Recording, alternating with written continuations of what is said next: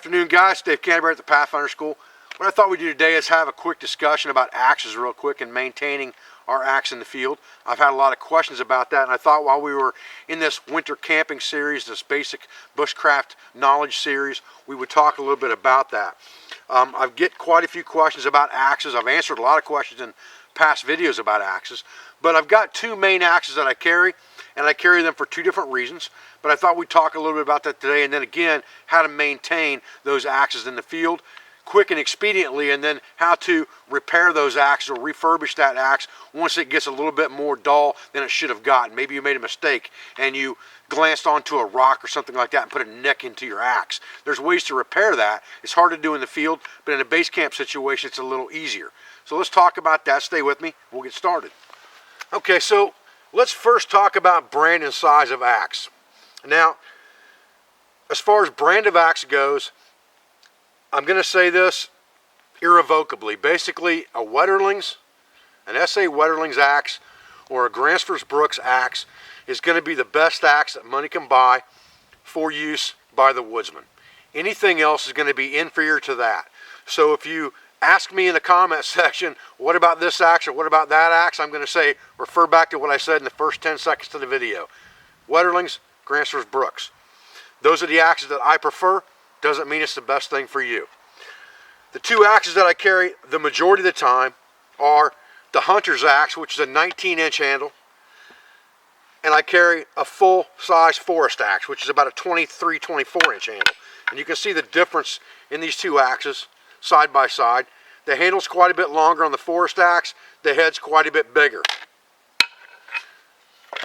For just a camp situation, short term, in the winter time, I prefer to carry a smaller axe. I like the Hunter size axe. It fits the bedroll perfectly. It's about the length of your bedroll, so you can slide it into your bedroll. It fits that really nice. Also fits well on the side of a pack frame or on the back of a Roycroft frame with not much overlap in either direction, so it's comfortable for that. It fits down very well in the sleeve of the Bushcraft pack, the one that's sold by Duluth Pack Company. So again, it's very good for that. So that makes this axe just the right size for a lot of things. It's got enough beef to it and heft to it that you can cut down any tree with it up to 4 inches with no problem. Process any firewood that you need to, 4 to 6 inches that you need to take care of in camp. And you can also skin game with this axe if you need to. And I have a video on YouTube skinning an animal with an axe if you want to go back and look at that video. Now, as far as the Forest axe goes, or the full-size axe goes, this would be the axe that I would prefer to carry in a longer-term scenario.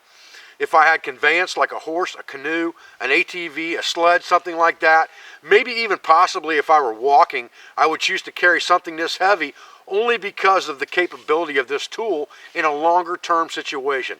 It doesn't matter, whatever tree I'm going to have to cut down, even if I were trying to build a log-framed, three-sided, station camp type shelter, this axe is going to take care of that for me. This axe is going to cut down any firewood that I need or trees that I need to cut down for a long fire scenario, for an open face shelter or anything like that. This axe is going to handle that. So this axe is just going to handle a lot bigger wood than this one. And the only difference is how much weight do you really want to carry and what are you going to be doing on the trip that you're on. And that's important. If you're just going to be bushcrafting, you're going to be out for a week on a hunting trip, whatever the case may be, this axe is going to be fine for you. If you're going to be out there longer than that, or you plan on cutting some bigger trees down, or you want something with some real beef to it in case you get in that scenario, then you want something like a full-size Forest axe. Myself, I wouldn't recommend anything smaller than this. Now, there are a lot of things written by greats like Horace Kephart, like Krebs, like a lot of those guys, and a lot of them carried a smaller axe or hatchet with what they called a hatchet with them, as well as something like this. But again, we're talking a situation where they had a conveyance. So for me, I like to split the difference because most of what I see written by them is they carried this small camp axe or camp hatchet, or they carried something like this. And I think this 19-inch axe is a really good split the difference, split the middle type axe. And this is probably the axe I carry the majority of the time. This one being only used in the dead of winter, or if I'm doing a class where I know I'm going to be doing a lot of heavy processing of wood, things like that, then I will carry this axe. So let's talk about how we maintain these axes in the field, or how we maintain them in a base camp situation to keep a good keen edge on them. Okay, so the tools for an axe to keep it maintained in the field are very simple. a puck is really enough. And this is a Lansky's puck. It's got multiple grits, one side's coarse, one side's fine. And again, I use water with my stones. I don't use oil with them. I do use oil in this container to oil the axe itself with, to make sure that it doesn't rust, and a rag. But that's the only reason I use the oil. For sharpening purposes, I always use water. It's easy to come by. I don't have to worry about it. It's not going to gunk up my stone. Oil gets really gunky on your stone, and sometimes it's hard to get the metal shavings and things like that cleaned out of it that clog up the pores. If you're using water all the time, then you can take it down to the creek and scrub it off with sand or whatever, and it'll get those metal filings out, and it's not going to be mixing oil with water on the stone. Stick with water all the time, and it's much easier. So, let's talk first about the stone, because this would be a backpack type item, a backpack type maintaining item. A file and a carborundum stone would be something more for a base camp or longer term scenario, so we'll talk about them last.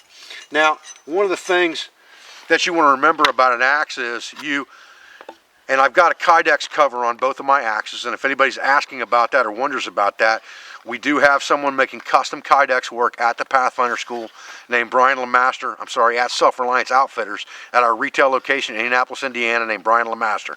You can call him up, and if you send him your item, he can make you a custom Kydex axe face just like this one, or axe cover just like this one. Because I know somebody's going to ask me that question. Now, what I like to do with a puck, again, I use water, and I've just got a tub of water here, and it's muddy water. I'm not worried about that. I'm not going out and trying to find the cleanest water I can find. What I generally do if I'm just trying to hone my axe is I stand that axe up in front of me just like this, and I start off with the coarse side of the stone. And I will just find the angle just like I would with anything else, and I'll rotate that stone in circular fashion just like this. Looking straight over the top of that blade so that I'm maintaining that angle, keeping my fingers back on the stone so I don't slip down onto my fingers and get them on the blade of that axe. And again, a lot of things I do are a little bit unorthodox, and some people are not going to agree with it. I already know that. But in my experience, this works for me.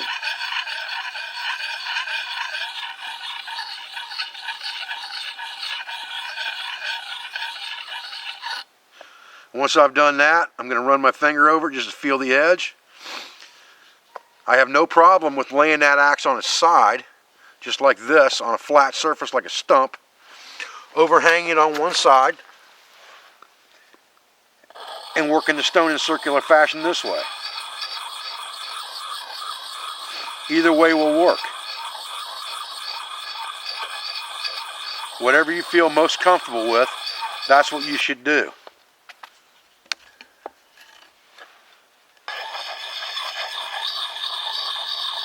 Either one of these methods will work fine for you. And just rotate that stone in circular fashion, trying to maintain that angle.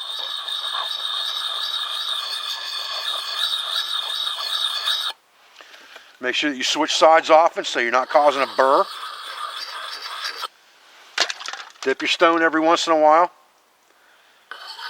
If you haven't let your axe get too dull, you really don't have to get on that coarse side of that stone for very long. You can flip it right over to the fine side, and you can hear the difference between the fine side and the rough side.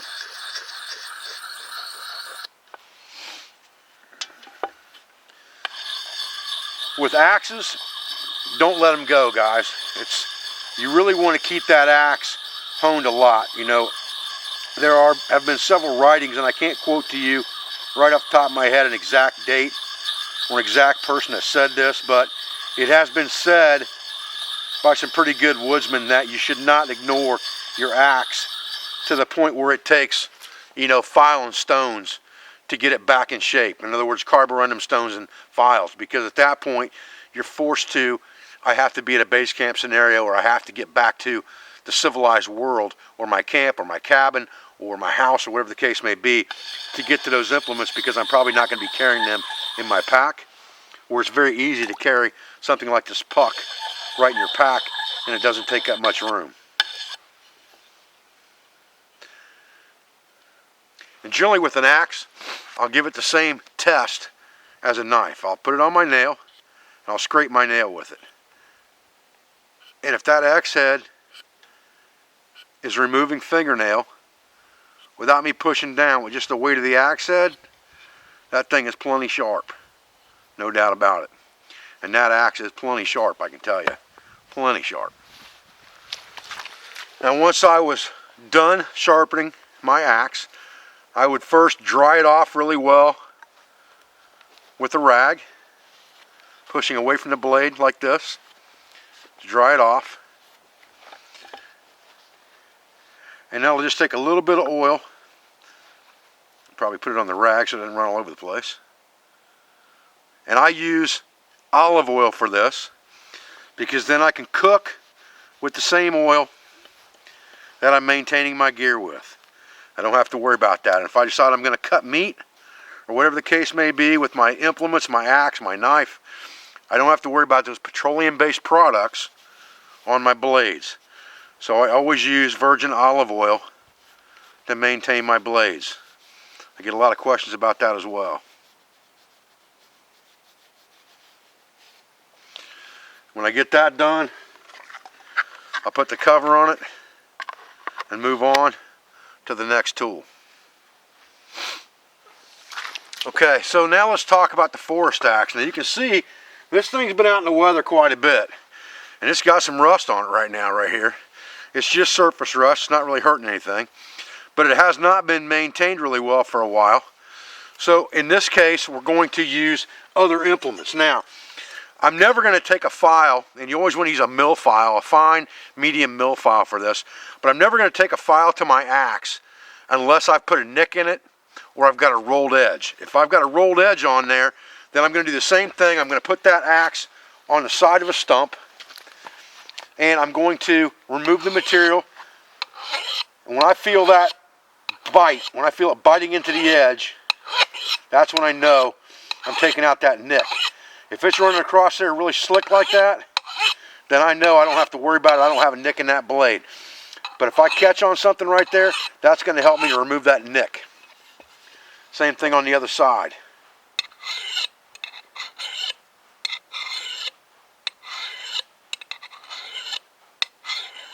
Again, it's running across there pretty smooth. It's not really biting into the metal, so I know I don't have any nicks or burrs on that axe. I don't have to worry about that. The axe would have to be really, really dull, or maybe you just bought a new axe or something like that to really have to use a file on that axe. You've had to let it go pretty bad. Now, a carborundum stone, you can do the same thing with. You can drench that thing in water really good. Let it soak up some water. And this is a fairly new stone that I'm going to use for this demo. And it has a fine and a coarse side on it. And I'm going to use it very similar to the way I used that puck. I can either take it here and do it this direction like this,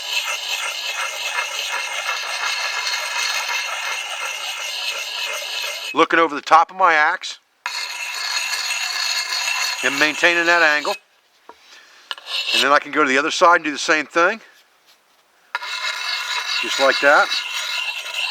Or I can lay that axe flat down on a surface like I did before, hanging off the edge of a stump. And I can run this stone right along the edge just like this, just in straight strokes. I see a lot of guys using the same type stones on their axe that they use on their knife.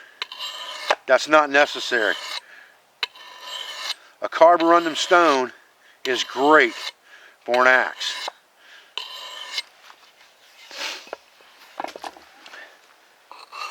I basically went right to the smooth side of this and didn't even use the rough side because this axe isn't that far gone.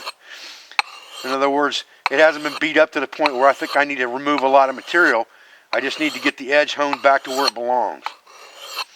Now, as far as removing that rust in the wild, or in a situation where you don't have sandpaper or something that you can rub that off there with, just get yourself some fine grit stuff like clay or sand on a rag and scrub that thing down and then oil it up.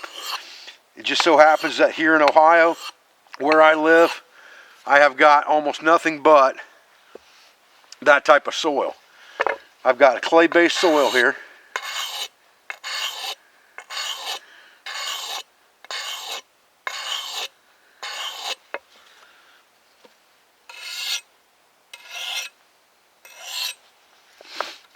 pretty good. Thing's pretty good and sharp.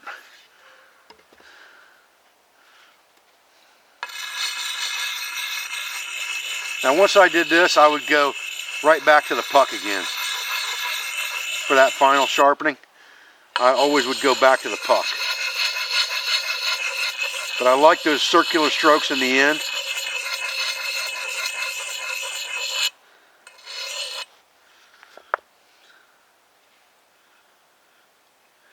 But even just with that stone, you know, that thing, whew, man, that thing is sharp. Look at that. That thing is like a razor blade, just with that, okay? So now what we're gonna do is, we're gonna get our rag real quick. And I know that all of this soil out here that I'm in is clay based. So I'm just gonna take some of this mud and I'm going to scrub this axe face just like this, and that's going to remove that rust. Like I said, sand will work for this as well, but it's just like a polishing compound because of that clay. So the clay works the best.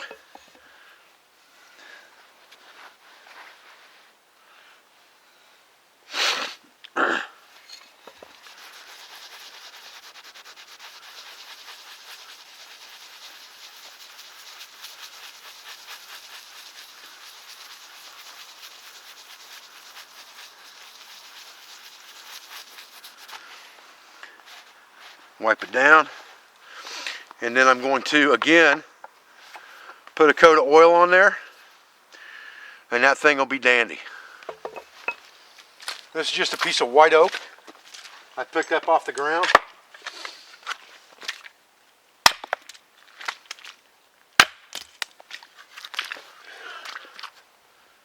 I'm barely putting any effort into that whatsoever.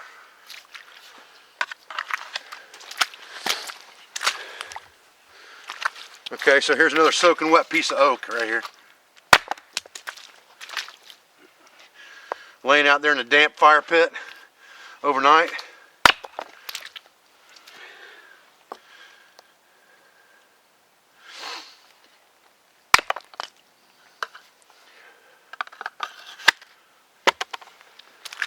Okay folks, well, I'm Dave Canterbury at the Pathfinder School. I appreciate you joining for this short video on how to maintain your axe in the field. I appreciate everything you do for me, for my school, for my family. I appreciate your views and your comments, and I thank you for everything that you do for everyone that's affiliated with the Pathfinder School and the Pathfinder program. I'll be back with another video as soon as I can. Thanks, guys.